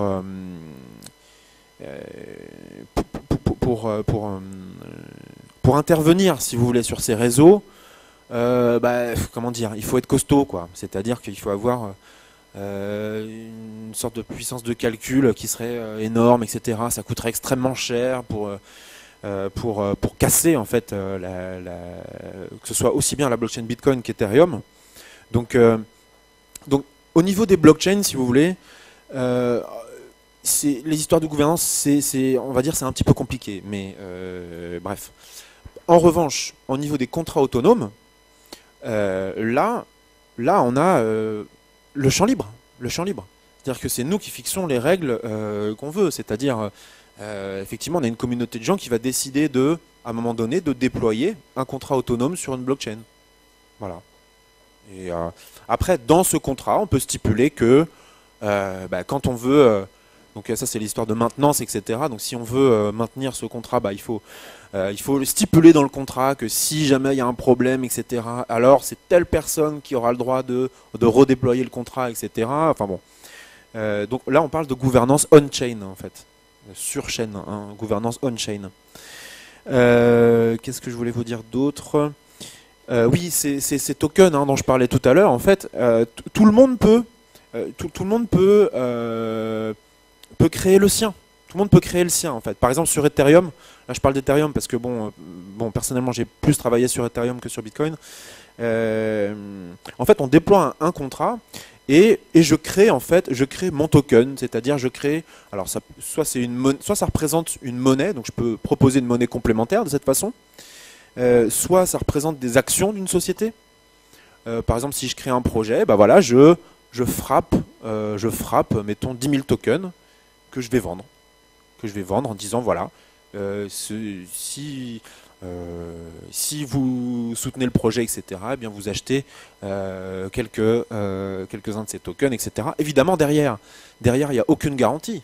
Il n'y a aucune garantie. On est proche de, enfin, je crois que ça s'appelle comme ça, capital risque, je crois. Où voilà, si le projet se casse la figure, bah voilà, les actionnaires, bah enfin, je veux dire, c'est un peu la même chose, quoi. La blockchain, si vous voulez, n'offre pas spécialement de garantie par rapport à ça. Faut être bien. Et c'est pareil d'ailleurs sur mon projet à but non lucratif. Je veux dire, si la personne, le bénéficiaire qui a obtenu ces fonds, et si la personne ne réalise pas le projet, bah, c'est un problème. Et ça, c'est un problème que rencontre, je crois, un grand nombre d'assos et d'ONG. Et deux petites choses pour terminer. Oui, donc ces tokens, si donc chacun peut créer ce token. Si je crée un token qui ne fait pas de sens, qui ne correspond à rien, si vous voulez, eh bien, vous avez créé ce qu'on appelle un shitcoin, c'est-à-dire c'est un token qui ne vaut rien. Voilà, et qui du coup qui ne peut pas s'échanger, enfin qui peut toujours s'échanger. Vous le possédez toujours, mais il vaut rien. Voilà. Et puis un dernier mot, oui, il y a assez récemment, il y a Michel Bowens qui a fait une petite intervention là en Australie, et il a déclaré là dans son intervention, il a conclu avec ça, il a dit blockchain needs value sensitive design. Blockchain needs value sensitive design. Et donc, encore une fois, je serais peut-être pas tout à fait d'accord, c'est-à-dire c'est pas au niveau des blockchains, mais plutôt au niveau des contrats, c'est-à-dire au niveau de ce qu'on fait sur ces blockchains en fait. Voilà, je sais pas si je suis assez clair. Voilà. Merci pour ces éléments. Alors je propose peut-être qu'on passe, voilà, il nous reste encore une courte demi-heure, donc je propose peut-être qu'on passe la parole à la salle pour prendre quelques questions si vous en avez. Donc est-ce que quelqu'un souhaite poser une question ?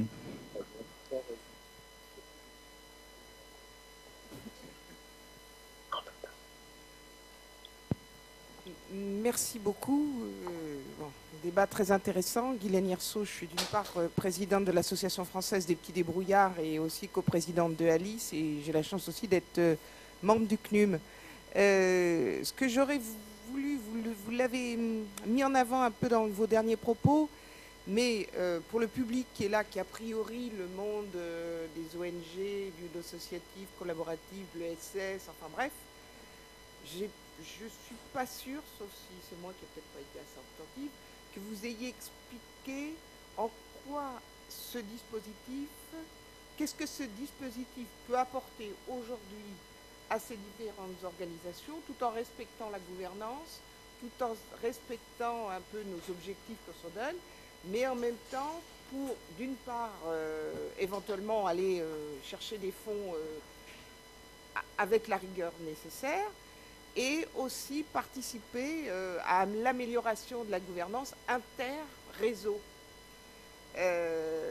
Bon, je commence comme ça parce qu'il y aurait plein de questions, mais voilà, que ce soit un petit peu plus précis. Je ne suis pas sûre, peut-être que je veux dire c'est moi, mais je n'ai pas bien compris, parce que la technologie, effectivement, on a tous été orientés au départ, Bitcoin, bon, la monnaie, il y a tout le questionnement par rapport aux monnaies locales. Est-ce que ça va apporter un plus? Et puis après, il y a plus largement ce que vous avez bien mis en avant sur les questions de santé et tout, mais dans notre réseau, qu'est-ce que ce dispositif apporte en plus et quel éventuellement problème ça pourrait soulever? Vous en avez parlé, vous l'avez dit, et j'aimerais par exemple qu'on donne, excusez-moi d'être un peu longue, l'exemple par exemple des notaires, parce que je trouve que c'est assez parlant quand on parle aussi du dispositif avec les notaires, quand on achète un appartement, le dispositif blockchain, la chaîne, voilà.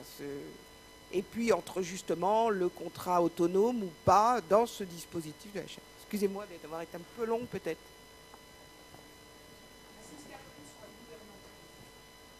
Alors, donc je Je vais laisser la parole donc à Jean-Christophe ou à Julien, et puis après on pourra passer la parole à Riol, enfin, comme il y a toujours un petit temps de latence, donc juste l'un de vous deux, puis après donc Riol pour revenir aussi sur cette question de gouvernance.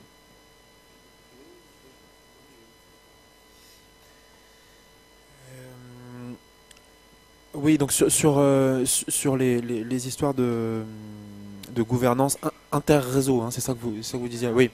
Alors, en fait, ouais, là en fait, j'aurais envie de citer l'expérience de WeShare.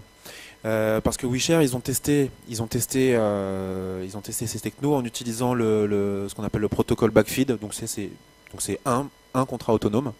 Où en fait, en gros, dans leur relation un petit peu quotidienne, eh bien, ils marquaient en fait, ils marquaient un petit peu les contributions de chacun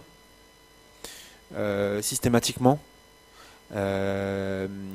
Et en fait, cette expérience-là, visiblement, elle n'a pas très bien fonctionné parce qu'ils étaient obligés de systématiquement se noter les uns les autres, etc. Et voilà. Et en fait, finalement, ça s'est révélé, oui, pas forcément inefficace, mais en tout cas compliqué d'utilisation, en fait. Ouais, pas adapté du coup en tout cas, à un collectif comme WeShare. Donc voilà, c'est pour ça que je disais tout à l'heure au niveau de la confiance que si tout le monde se fait confiance, on n'a pas besoin de blockchain, quoi. Voilà.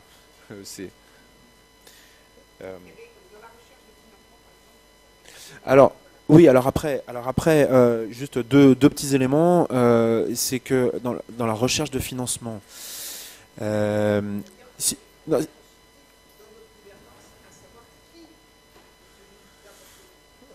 ouais, alors c'est-à-dire que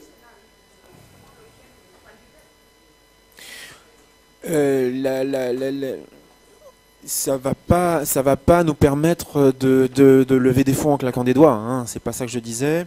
En revanche, dans les avantages, ce que je disais tout à l'heure, c'est que c'est global en fait. C'est immédiatement global. Et ça, donc comme je disais tout à l'heure, c'est censé permettre de rendre les communautés plus inclusives. C'est-à-dire, mais là, ça s'adresse plutôt aux projets qui ont vocation un petit peu internationale en fait. Pour les projets locaux, ça s'y prête moins. En revanche, pour un projet qui serait global, etc., là, ça s'y prête plus parce qu'on ne peut pas se faire confiance si facilement comme ça en ligne. Donc, c'est pour ça qu'on utilise à ce moment-là cette techno de blockchain. Et d'autre part, je voudrais aussi rappeler qu'on parle d'échange pair à pair. Échange pair à pair, ça veut dire quoi? Ça veut dire que j'envoie, si je veux envoyer 1 euro à une personne en Amérique du Sud, à une personne, et non pas en passant par les assos, les gouvernements, l'ONU, etc., avec éventuellement les gouvernements qui se servent au passage, etc. Là, l'argent va directement dans la poche de la personne concernée avec qui j'ai échangé, etc. Donc voilà. Bon, après, au niveau de la corruption, je veux dire, les gouvernements, ils ont toujours, ou les gouvernements ou mafias ont toujours la possibilité de mettre la pression sur les gens, etc. Mais ça, après, voilà, c'est... Riol, donc peut-être alors quelques mots, plus 10 secondes de latence pour répondre à ces questions de gouvernance et également de gouvernance inter-réseau.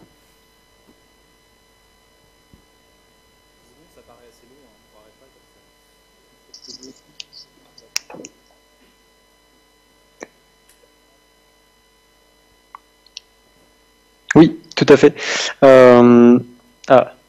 Est-ce que ça fonctionne? Oui, ça fonctionne.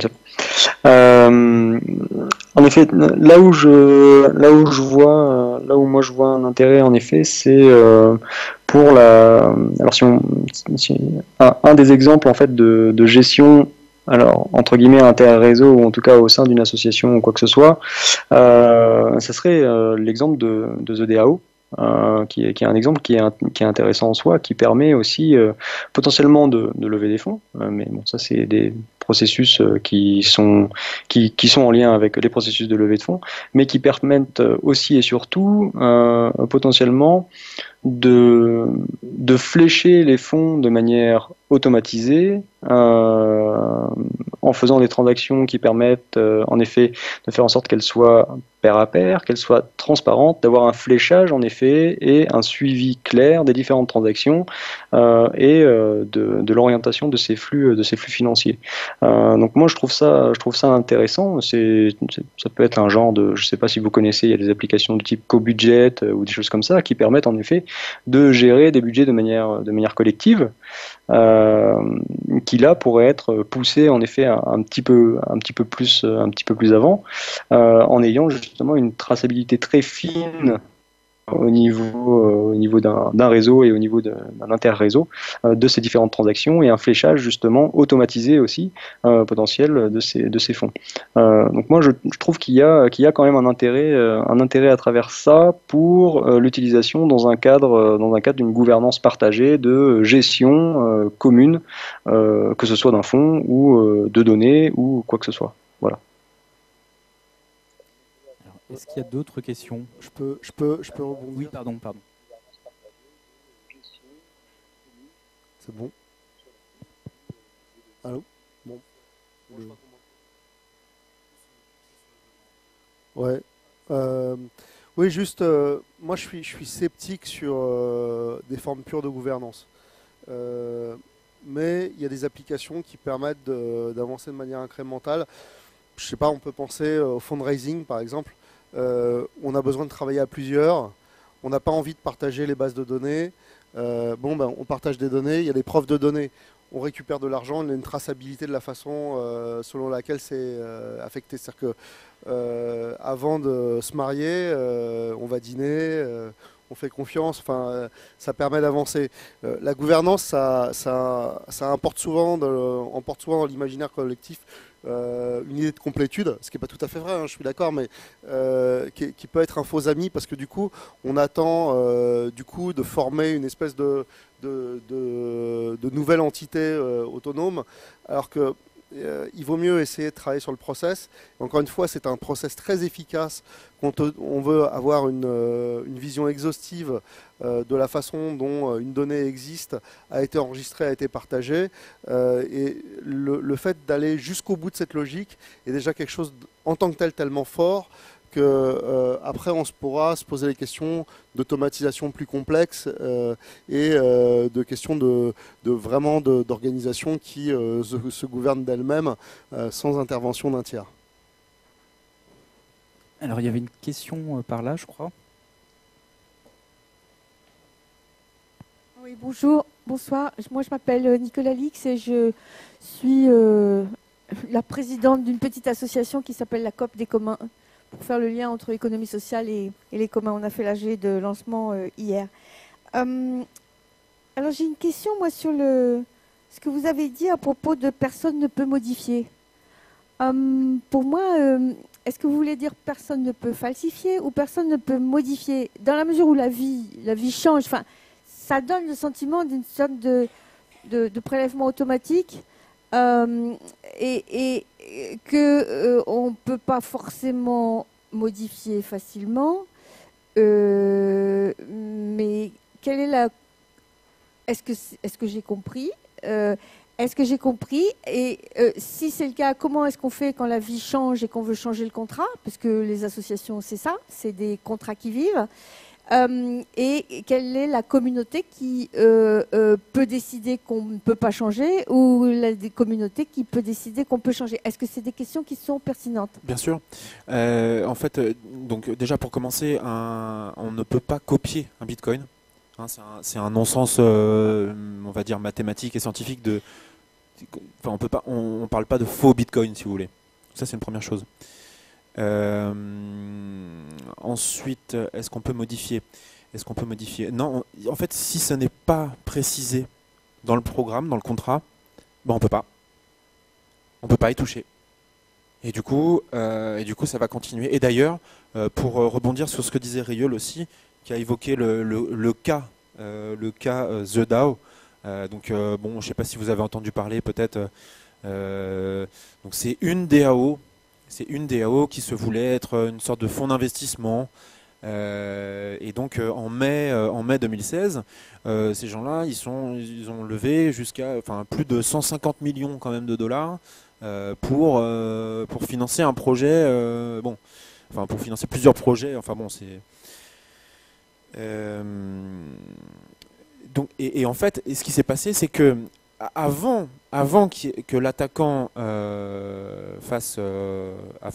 attaque cette DAO, je sais que c'est un petit peu abstrait ou quoi, mais avant que l'attaquant puisse attaquer cette DAO, en fait, dans le contrat en lui-même, dans le code, en fait, il y avait une faille. Et cette faille, elle a été révélée une dizaine de jours avant que l'attaque ait eu lieu. Et une fois que c'était publié, en fait, il ne pouvait pas modifier le contrat.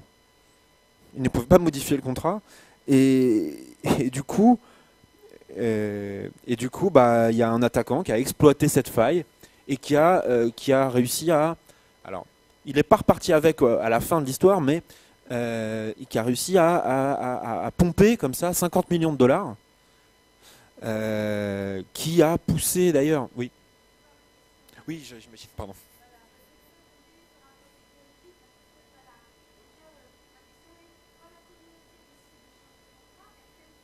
Il suffit... c'est-à-dire, il suffit de le stipuler. Il suffit de le stipuler dans le contrat en lui-même. Et en disant, par exemple, si demain il pleut, par exemple, je dis n'importe quoi, hein, parce que par exemple le fait qu'il fait beau ou qu'il pleut, c'est une donnée publique. C'est une donnée publique, donc on récupère cette donnée publique, et cette donnée publique, elle va déclencher un certain nombre d'actions, d'accord ? Donc on peut très bien dire, par exemple, non mais je sais, on peut très bien dire les jours de pluie, non, c'est un peu con. On peut très bien dire, par exemple, les jours de pluie, il y a telle personne qui a le droit de modifier le contrat, par exemple. Voilà. Il faut le stipuler dans le contrat. Ou alors on met... Oui. C'est à déterminer. C'est à déterminer au sein du contrat, en fait. Ça rejoint les points qu'on a abordés. D'abord, peut-être fixer des limites de temps. Pas être trop ambitieux. Alors pour aller jusqu'au bout de l'exemple qui a été cité, effectivement la communauté, alors on ne sait pas vraiment qui c'est parce qu'au départ c'était très majoritaire, elle a décidé de dire non, parce qu'on ne peut pas revenir en arrière en fait, hein, c'est ce qui a été expliqué, donc on va partir de côté et on va annuler la transaction. Sauf que ça n'a pas été si simple. Il y a des gens qui ont dit mais nous on n'est pas d'accord, il y a une erreur de code, tant pis, il faut prendre la perte. Alors aujourd'hui il y a 2 blockchains Ethereum, classiques et je ne sais plus comment s'appelle l'autre, et donc c'est comme 2 États qui ont fait sécession. C'est le prix amer de l'expérimentation, et peut-être de l'expérimentation à ce stade, ça c'est mon jugement de valeur, trop ambitieuse, parce qu'effectivement, le propre d'un contrat, c'est pas toujours de prévoir le futur, c'est aussi d'avoir, aujourd'hui l'interprétation c'est le juge, le droit positif, sont des choses comme ça, et voilà, c'est toute une réflexion qui est à mener, et c'est pour ça qu'aujourd'hui il est plus rassurant de dire, pour des transactions simples et un peu chronophages qui ne demandent pas interprétation, c'est extrêmement performant. Pour le reste, c'est prometteur, mais on se calme.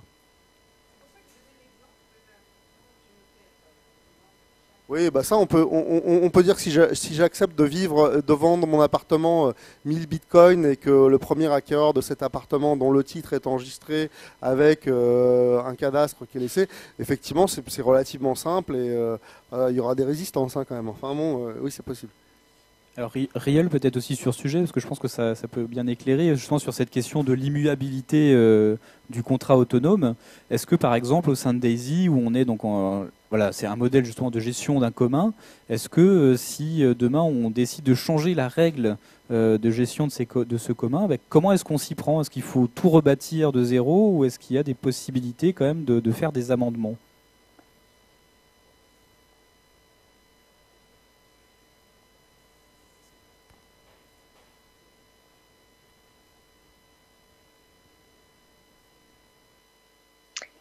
C'est une bonne question. C'est une question qu'on n'a pas encore investiguée. En soi, c'est en effet des questions des questions qui rejoignent les questions de gouvernance, hein, clairement. Donc, pardon, j'ai coupé le son parce que du coup je m'entendais, ça faisait bizarre. Donc, on n'a pas encore investigué cette question en soi de l'immuabilité du contrat, ou en tout cas de comment est-ce qu'on fait en sorte que le contrat puisse changer et évoluer en fonction, en effet, des décisions qui sont prises de l'ensemble des personnes qui partagent entre guillemets ce commun qu'est l'énergie ou qu'est l'électricité au niveau local. Et c'est une question en effet qui fait partie de la to-do à répondre. Pour autant, j'aimerais rebondir en effet sur cette histoire d'immuabilité, d'immuabilité, on va dire. Sur, en effet, aujourd'hui, donc on a souvent décrété que les smart contracts, ou en tout cas les contrats, sont infalsifiables. En effet, ça dépend complètement des règles qui sont définies dans ces contrats-là. Ceci dit, ces règles, une fois dans les contrats, en tant que telles, ne sont pas falsifiables, sauf à dire que, sauf à mettre en effet une règle qui permet de falsifier telle règle dans tel cas, etc., etc. Par contre, en effet, ce que nous a appris le cas de The DAO, ou en tout cas d'autres cas de fork, c'est que si le contrat en tant que tel n'est pas falsifiable, le fait de prendre telle ou telle décision ou telle orientation, en effet, dépend, on va dire, d'une prise de décision consensus qui permet en effet d'orienter vers tel ou tel contrat ou vers tel ou tel type de vision. Donc c'est en effet une difficulté ou une complexité en tout cas des technologies blockchain aujourd'hui, en tout cas de la technologie blockchain qu'on connaît le mieux aujourd'hui chez nous, en tout cas c'est Ethereum. Et pour répondre à la question initiale, en effet sur DAISY aujourd'hui, c'est pas une question qu'on a investiguée encore de fond en comble, quoi, clairement. Alors il y a une question par ici, et puis on va peut-être faire un dernier tour de toutes les questions. Bonsoir. Bonsoir. Je m'appelle Olivier Cueil. J'ai cofondé il y a 7 ans une entreprise sociale et solidaire qui s'appelle Microdon, qui invite les enseignes de distribution à mettre en place à la caisse des magasins des mécaniques d'arrondi au profit des associations. Depuis le début de l'année 2016, on a permis à 350 associations de collecter 3 millions de microdons qui représentent 1 400 000 euros. Donc c'est encore un bilan un peu léger après 7 ans d'existence, mais la courbe de progression est super encourageante. On est sur une courbe à 40%. Il y a de plus en plus d'enseignes et d'entreprises qui rallient le mouvement des arrondis, des microdons, donc c'est plutôt une bonne nouvelle pour toutes les associations qui sont bénéficiaires des dons, clairement. Donc moi je suis très curieux des questions de blockchain, avec un background technique et plein d'envie de développer des choses dans cet univers. Les notions de contrat, ça m'évoque des choses hyper simples. Par exemple, quand on demande l'arrondi à la caisse d'un magasin Bonobo Jeans, tous les 5 euros, il y a un kit scolaire qui est financé. Donc forcément, ça inspire des choses sur ces contrats qui existent quasiment de facto. Est-ce qu'il y a une logique à les inscrire dans quelque chose d'encore plus pérenne, lisible, transparent, comme une blockchain? Probablement. En tout cas, je me pose la question. Donc moi, mes attentes vis-à-vis de vous ce soir, et l'objet de ma question, c'est... on est en novembre 2016. Je crois que l'invitation s'adressait essentiellement au tiers secteur, à l'ESS, aux associations. Donc ce soir, j'ai la chance de pouvoir poser cette question face à des éclairés, ou en tout cas des curieux sur le sujet. Quels sont les projets qui sont en cours? Est-ce que des gens ont déjà lancé des projets en France, à l'international? Donc c'est une question qui s'adresse à vous. Est-ce que vous pouvez m'aiguiller vers des ressources ou des groupes qui ont commencé à traiter ces questions de contrat, blockchain, autour des questions de la médiation entre les donateurs, les dons, les associations, la confiance qui doit être nourrie et créée autour de ces mécaniques de dons. Et puis j'invite, si des personnes dans la salle veulent se joindre à l'idée de créer un premier groupe de travail sur le sujet, en fonction des réponses que vous apporterez, à converger vers un travail collaboratif. Oui, dans la continuité de cette question, la semaine dernière, il y a eu un vote sur la première.org qui utilisait la blockchain. Donc, est-ce que vous pouvez nous faire un petit retour, surtout que c'était un mode de suffrage inédit en France. Donc ça intéresse, je pense, pas mal d'associations également. Est-ce qu'il y a d'autres questions? Je propose qu'on prenne vraiment les questions qui restent en suspens avant que je passe la parole. Il y a une question ici. Il y a encore cette question, et puis après je vous repasse la parole aux intervenants. J'ai juste une petite question sur la puissance de calcul, parce que j'ai déjà assisté à une conférence à la Maison du Bitcoin ici à côté il y a un an. Et la blockchain, c'est la solution parce que c'est une preuve irréfutable d'une transaction. Après, la chaîne de blocs peut être très très longue ou très très courte. C'est pas vraiment compliqué à faire en tant que tel. Maintenant, il me semble que la limite du système, c'est la puissance de calcul globale. Est-ce qu'il y a des avancées là-dessus? Comment c'est géré, en fait, tout simplement? Alors, donc, 3 questions. Je vais passer la parole aux intervenants. Donc, sur les questions de dons, sur les questions de laprimaire.org et sur les questions de puissance de calcul. Alors, Julien, donc, au choix parmi les 3 ou les 3. Je suis pas sûr d'avoir compris la dernière question, mais... Globalement, hein, c'est pour les transactions monétaires, donc il y a effectivement des débats sur la taille des blocs, mais enfin, il y a aussi des solutions qui sont en train de se mettre en place pour essayer simplement d'alléger les quantités d'informations qui sont échangées. Mais il faut savoir que pour tout ce dont on vient parler ce soir, ça n'entre pas en ligne de compte. Ce qu'on critique dans ce système-là, c'est la capacité de devenir quasiment une monnaie de réserve et d'effectuer des transactions financières en temps réel. Pour le reste, c'est-à-dire pour l'échange de preuves de données, le débat n'a pas lieu d'être parce que le système actuel est d'ores et déjà satisfaisant. Mais globalement, oui, est-ce qu'il y a des solutions? Elles sont extrêmement complexes. Il y a une foultitude de solutions qui visent à optimiser le temps de traitement et à ne pas surcharger la blockchain avec le coût que ça implique. Parce qu'à chaque fois qu'on vient dessus, il faut payer des fractions, il faut payer les mineurs, pour faire simple. Et donc ça, c'est à la fois en voie de résolution, mais globalement pas tellement dans dans les débats qui se posent en ce moment. Merci. Oui, sur Microdon. Alors moi, je suis fan en fait de Microdon, c'est-à-dire que j'ai découvert ça récemment en fait. Et j'étais au Monoprix et puis il y avait des petits flyers comme ça avec un code barre. Et puis en passant à la caisse, ça rajoute 2 € sur la note. Et puis là, en l'occurrence, ça finançait une asso de réinsertion, etc. Donc ça, je trouve ça extrêmement intéressant parce que vous êtes très proche en fait des utilisateurs, enfin des gens, on va dire. Et alors, il y a des choses possibles qu'on peut imaginer, mais là on est de l'ordre de l'idée. On n'est pas du tout, c'est pas très concret, mais on est de l'ordre de l'idée. Mais on pourrait imaginer, par exemple par rapport à mon petit projet à moi, on pourrait imaginer que ces petits flyers en fait que les gens passent et mettent 2 € comme ça au Monoprix, on pourrait imaginer que c'est une association ou non, c'est une entreprise, Microdon. C'est une entreprise de l'ESS.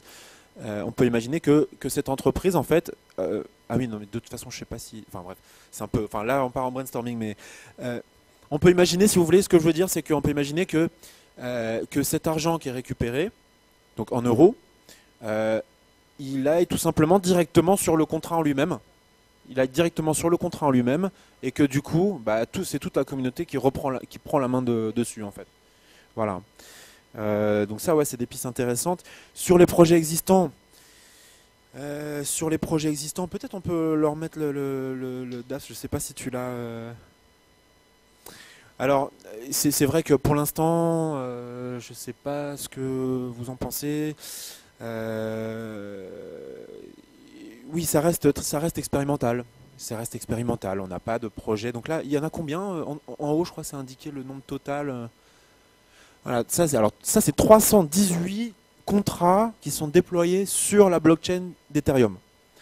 Sachant que dans les 318, il y en a qui sont plus maintenus, il y en a qui sont partis en vrille, etc. Mais disons, 250 contrats autonomes actuellement déployés, actuellement en production et éventuellement utilisés. Donc voilà. Ah oui, par exemple, un bon exemple aussi qui permet de faire le lien aussi avec, avec ce que disait Madame aussi tout à l'heure par rapport à l'économie collaborative. Il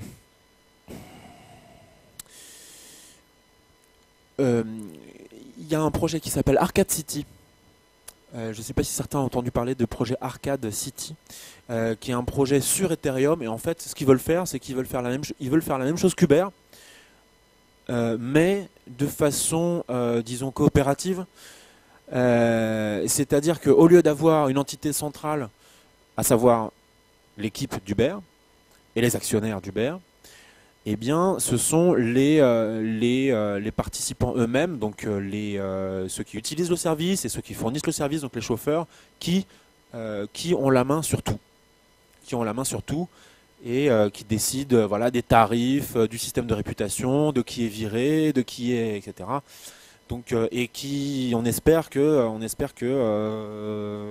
que ce soit un petit peu plus réglo que nos amis d'Uber. Et d'ailleurs, de façon générale, en fait, plus le contrat est réglo, plus il y a potentiellement ça permettrait d'attirer des gens. Donc voilà, Arcade City, ça c'est assez concret. Hein. Ils ont levé 1 ou 2 millions, je crois, et donc ils sont dessus, quoi. Voilà. Qu'est-ce que je voulais dire? Ouais. Oui, la ZOUS qui n'est plus maintenue, mais parce que, bon, pour des raisons un peu compliquées, enfin, bon. Ils avaient besoin, en fait, ce qui s'est passé avec la ZOUS, c'est qu'il y avait un des développeurs qui s'est, entre guillemets, rendu compte qu'ils avaient besoin d'un système de réputation un peu plus costaud, et c'est comme ça que le protocole Backfeed est né aussi. Et donc, voilà, donc ça, c'est une histoire de système de réputation. Ça... voilà. Gestion. Ouais, la primaire. Comme tu veux. Moi, j'ai pas trop suivi. Alors, moi, je vais répondre à ça sur la primaire. Sur le bot, je sais pas y répondre. Sur la primaire, globalement, c'est une fonctionnalité assez simple, puisque la primaire, on vote pour des candidats à la présidentielle. Donc, moi, je trouve qu'elle sera plus intéressant pour une logique comme celle de Ma Voix. Je ne sais pas si vous la connaissez, l'idée de Ma Voix, c'est d'envoyer des représentants à l'Assemblée nationale qui seront mandatés pour voter ce que demande la communauté. Alors c'est là que la notion de smart contract pourrait prendre tout son intérêt, puisque là, on définirait effectivement quelles sont les clés du vote, et le représentant désigné directement recevrait mandat, et on trouverait trace du respect du vote de la communauté. Alors évidemment, c'est beaucoup plus compliqué à mettre en place.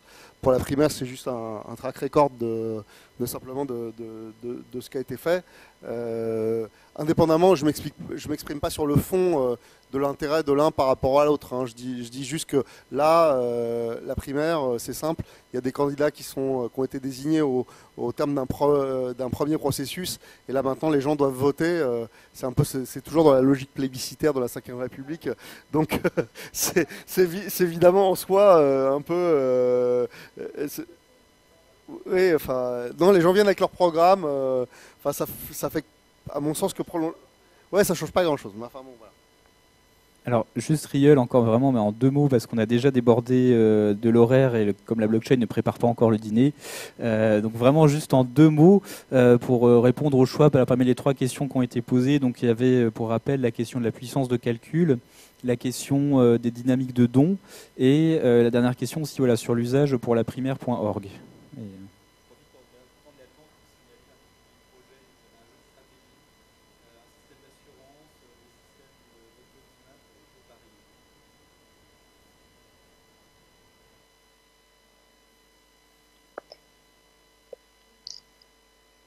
Alors, en effet, la blockchain ne prépare pas le dîner, elle ne prépare pas le lit non plus. Il est minuit et quart pratiquement ici.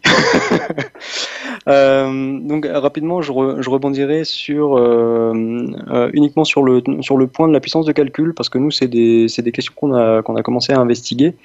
Donc aujourd'hui, principalement, alors on va pas s'étendre parce que je connais en plus très mal, hein, je pourrais pas en parler clairement en détail. Grosso modo, sur les blockchains qui sont utilisés aujourd'hui, c'est c'est un processus qui s'appelle le Proof of Work, qui permet en effet de rémunérer les mineurs. Les mineurs, ce sont ceux qui cassent du code, et en effet, c'est le fait de casser du code qui est très coûteux en puissance de calcul. Je caricature, il faudrait rentrer dans les détails que je ne connais pas spécifiquement, et je pense autour de la table, il y en a bien d'autres qui pourront expliciter ça bien mieux que moi. Le problème avec ça, nous, on s'est posé la question en fait de la pertinence de ce type de méthode, de ce type de procédé, dans la mesure où il y a une étude qui est sortie il y a pas très longtemps en effet sur le coût énergétique en fait d'utilisation des blockchains, et notamment de la blockchain que ce soit Bitcoin ou Ethereum, etc. Et à un moment, on s'est posé la question de se dire, mais c'est quand même un comble d'utiliser une technologie qui potentiellement est très coûteuse en énergie et en électricité, alors que notre cœur quand même, c'est d'optimiser en fait un système pour limiter ou en tout cas pour optimiser la consommation et la production d'électricité. Donc on a commencé en effet à investiguer ces problématiques. Aujourd'hui, c'est des travaux qui sont en cours, donc sur différents types autres de méthodologies qui se basent pas en effet sur le procédé de casser du code crypto pour pouvoir rémunérer des acteurs qui justement valident les différentes transactions, etc., etc. Mais qui définissent d'autres règles en fait de validation de transactions au consensus, comme le proof of stake ou autre. Donc ça, c'est juste sur cette notion de puissance de calcul. En effet, c'est des questions qui sont pas aujourd'hui résolues. Je mets au défi aujourd'hui quiconque de faire miner un Raspberry 3. On a essayé, très compliqué, de faire miner juste un Raspberry 3, qui est grosso modo la dernière carte microcontrôleur de Raspberry qui est sortie. Très très compliqué. Alors que au final, c'est des cartes qu'on retrouve aujourd'hui assez couramment, que ce soit dans de l'IoT ou autre. Donc faire miner des IoT pour qu'ils puissent en effet gérer de manière autonome les nœuds d'une blockchain ou quoi que ce soit, c'est en soi aujourd'hui assez complexe du fait de cette nécessité en puissance de calcul. Et je terminerai juste sur un point et sur une société en ce moment qui commence à travailler sur ces questions, notamment dans le domaine de l'énergie, qui s'appelle Steamergy, qui elle a bien trouvé le filon, puisque elle commence à se poser la question d'utiliser l'énergie des calculateurs qui sont utilisés notamment qui font tourner les blockchains, ou en tout cas qui sont des nœuds de différentes blockchains, pour pouvoir chauffer de l'eau et récupérer l'énergie pour le chauffage ou autre. Voilà, donc c'est juste la dernière parenthèse et je terminerai là-dessus. Non. Voilà, merci à tous merci aux intervenants, merci pour ces précisions, merci d'avoir suivi cette rencontre débat. Je vous donne un rendez-vous pour la prochaine rencontre débat qu'on organise le 7 décembre prochain, donc au même endroit, sur la question de la démocratie contributive. On va parler beaucoup de questions, notamment, alors finalement ça peut compléter un peu ce sujet de la blockchain, puisque finalement on a vu que une blockchain, pour bien fonctionner, elle a besoin de gouvernance, elle peut être un outil démocratique si on sait articuler la décision autour. Et finalement, ça va être le thème de cette prochaine rencontre débat, c'est comment le numérique peut permettre de construire de la décision collective. Donc merci à vous encore et très bonne soirée, et au 7 décembre, j'espère.